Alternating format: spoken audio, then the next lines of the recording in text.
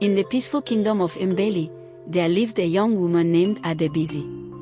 Known for her beauty and kind heart, Adebisi had one dream: to own a food stall and share her love of cooking with her fellow villagers.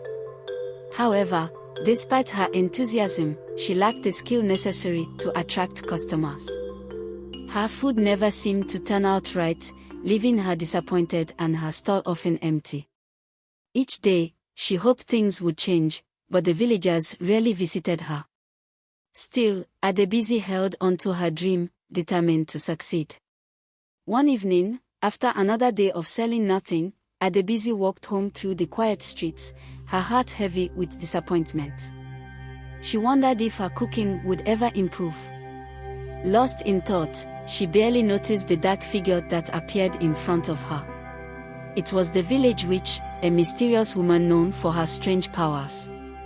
The witch had watched Adebisi's struggles and offered her something she couldn't resist, a potion that would make people flock to her stall. Desperate for success, Adebisi agreed without hesitation, not realizing the consequences of this decision. The witch handed Adebisi a small vial of glowing liquid and explained its power. The potion would attract people to her food, making them crave it. But there was a strange condition. The witch instructed her to fart in the food while cooking. Adebisi, although taken aback, agreed, desperate to change her fortunes. The witch disappeared into the night, leaving Adebisi holding the potion and a new sense of hope. She didn't fully understand what she had agreed to, but was willing to try anything to fulfill her dream. The next morning, Adebisi rose early, ready to test the witch's potion. She followed the witch's instructions carefully, mixing a few drops of the potion into her dishes. Hesitant but determined, she also fulfilled the strange condition of farting in the food. As she arranged the dishes on her stall, something miraculous happened. Villagers who had previously ignored her now gathered around, drawn by the irresistible aroma. For the first time, Adebisi's food stall was crowded. She could hardly believe her eyes as people eagerly bought her meals, praising the delicious taste. In just a few days, Adebisi's food stall became the most popular in Mbeli. Her once empty stall was now bustling with customers from sunrise to sunset. Word of her cooking spread throughout the kingdom, and people traveled from nearby villages to taste her dishes. Adebisi's heart swelled with pride as she finally achieved the success she had longed for. With her new wealth, she improved her stall and began to live a more comfortable life. But beneath her joy, a lingering worry remained: the witch's mysterious potion and its peculiar condition. One evening, just as Adebisi was closing her stall after a long day of sales, the witch reappeared. She reminded Adebisi of the deal they had made, warning her that there was still a price to pay. The witch demanded a sacrifice. Any man Adebisi slept with would die. Adebisi was horrified. She had been so focused on her success that she had forgotten about the dark side of the bargain. Fear crept into her heart, but the witch vanished before she could ask for any way out. Adebisi's world, once so bright, now seemed shadowed by dread. Despite the witch's curse, Adebisi's life continued to flourish. Her food stall remained the most popular, and she enjoyed the admiration of the villagers. But her heart grew heavy with fear. One day, a kind and handsome man named Duro approached her stall, intrigued not only by her food but by her beauty and kindness. He began to visit her daily, and Adebisi found herself falling in love with him. She longed to be with him, but the witch's curse loomed over her heart, leaving her torn between love and fear. As Adebisi's feelings for Duro deepened, so did her internal struggle. She couldn't bear the thought of bringing harm to the man she loved, but she also couldn't deny her growing affection for him. Duro was kind, caring, and genuine, everything she had ever wanted in a partner. Yet, every time she looked into his eyes, the witch's curse echoed in her mind, warning her of the deadly consequences of their love. Adebisi's guilt grew heavier with each passing day, and she knew that sooner or later, she would have to make a decision. Unable to bear the burden of her secret any longer, Adebisi decided to confess everything to Doro. One evening, as they walked by the village river, she gathered the courage to tell him about the witch, the potion, and the curse that threatened his life. To her surprise, Doro didn't react with anger or fear. Instead, he listened calmly and told Adebisi that he believed in her goodness and that they would find a way to break the curse together. His faith in her gave Adebisi a glimmer of hope, but the fear of the witch's return still haunted her. Knowing that they couldn't face the witch alone, Adebisi decided to tell the village about her pact with the witch. With Doro by her side, she gathered the villagers in the town square and revealed the truth about her sudden success, the potion, and the curse that had been placed on her love life. At first, the villagers were shocked and angry. They felt betrayed by Adebisi, whom they had admired and supported. Many called for her to be banished from the village. But some, seeing her remorse, believed she deserved a second chance. Despite Doro's pleas for mercy and Adebisi's heartfelt apology, the village elders decided that her deceit could not go unpunished. They ruled that Adebisi be banished from Imbeli, and she was ordered to leave at sunrise the following day. Tears filled her eyes as she packed her belongings, knowing she had lost the life she had worked so hard to build. Though her heart ached, she understood why the villagers were angry. Doro promised to visit her, but for now, she had to leave alone. Adebisi prepared to start over, once again with nothing. Adebisi traveled for days before reaching a small neighboring village called Ulandi. It was a quiet, humble place, far from the bustling activity of Imbeli. Despite her sadness, Adebisi knew she had to make the best of her new life. She rented a small cottage and set up a new food stall, determined to succeed this time without the help of magic. The people of Ulandi were kind but cautious around newcomers. Adebisi shared her story with them, hoping for understanding. To her surprise, they listened with empathy and welcomed her into their community. Life in Ulandi was not easy for Adebisi. Without the potion, she found herself struggling to attract customers, much like she had in Imbeli. Yet, this time, she was determined to work hard and improve her cooking skills the honest way. Slowly, she began to experiment with new recipes and flavors, learning from her mistakes. Her small group of customers appreciated her efforts, and though progress was slow, Adebisi felt a sense of pride she hadn't felt before. She was learning that true success required patience and perseverance. True to his word, Doro visited Adebisi in Ulandi as soon as he could. The reunion filled Adebisi's heart with joy, though the shadow of the witch's curse still loomed. Doro was impressed by Adebisi's determination and the progress she had made without magic. He reassured her that they would find a way to break the curse, but Adebisi was unsure. She had heard stories of witches' curses being unbreakable. Nonetheless, Doro's love and belief in her gave her the strength to keep going. Together, they began searching for any way to defeat the witch. One stormy night, just as Adebisi was starting to feel a sense of peace in Ulandi, the witch returned. She appeared outside Adebisi's cottage, her presence as chilling as the wind that howled through the trees. The witch demanded what was owed to her, the sacrifice of any man Adebisi loved. Adebisi, shaking with fear, begged the witch to spare Doro. But the witch was unforgiving. She reminded Adebisi of the pact they had made, warning that no one could escape the consequences of their choices. The witch promised to return soon to claim Doro's life. Terrified by the witch's threat, Adebisi confided in the village elders of Ulandi. Unlike the people of Imbeli, the elders in Ulandi were known for their wisdom and deep knowledge of ancient magic. They listened carefully as Adebisi told them everything about the curse. After much discussion, they decided to help her. The elders believed that the curse could be broken, but only if Adebisi faced the witch directly, with the support of the villagers. They began preparing for the confrontation, using their collective wisdom to form a plan. Adebisi, with the help of Doro and the Ulandi elders, began to prepare for the showdown with the witch.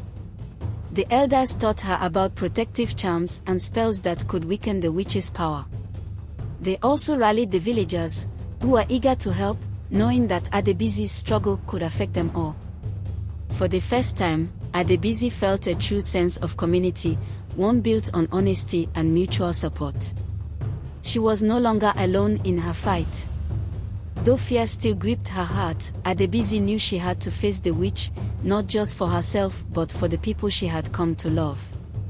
The night of the confrontation arrived. As the winds howled and thunder rumbled in the distance, the villagers gathered at the edge of Olandi, where Adebizi and the elders had set up a protective circle. The witch appeared, her figure dark and menacing, with eyes gleaming in the stormy night. She demanded the fulfillment of their deal, but Adebizi stood her ground. With Duro by her side and the villagers surrounding her, she called out to the witch, declaring that she would no longer be bound by their bargain. The witch laughed, but the elders were ready. The air crackled with tension as the witch unleashed her dark magic. Lightning flashed across the sky, and a fierce wind whipped through the trees. But the elders of Olandi had anticipated her attacks. They chanted incantations, their voices rising above the storm, casting protective barriers around Adebizi and the villagers. The witch's power was strong, but the combined strength of the elders and the unity of the village began to weaken her.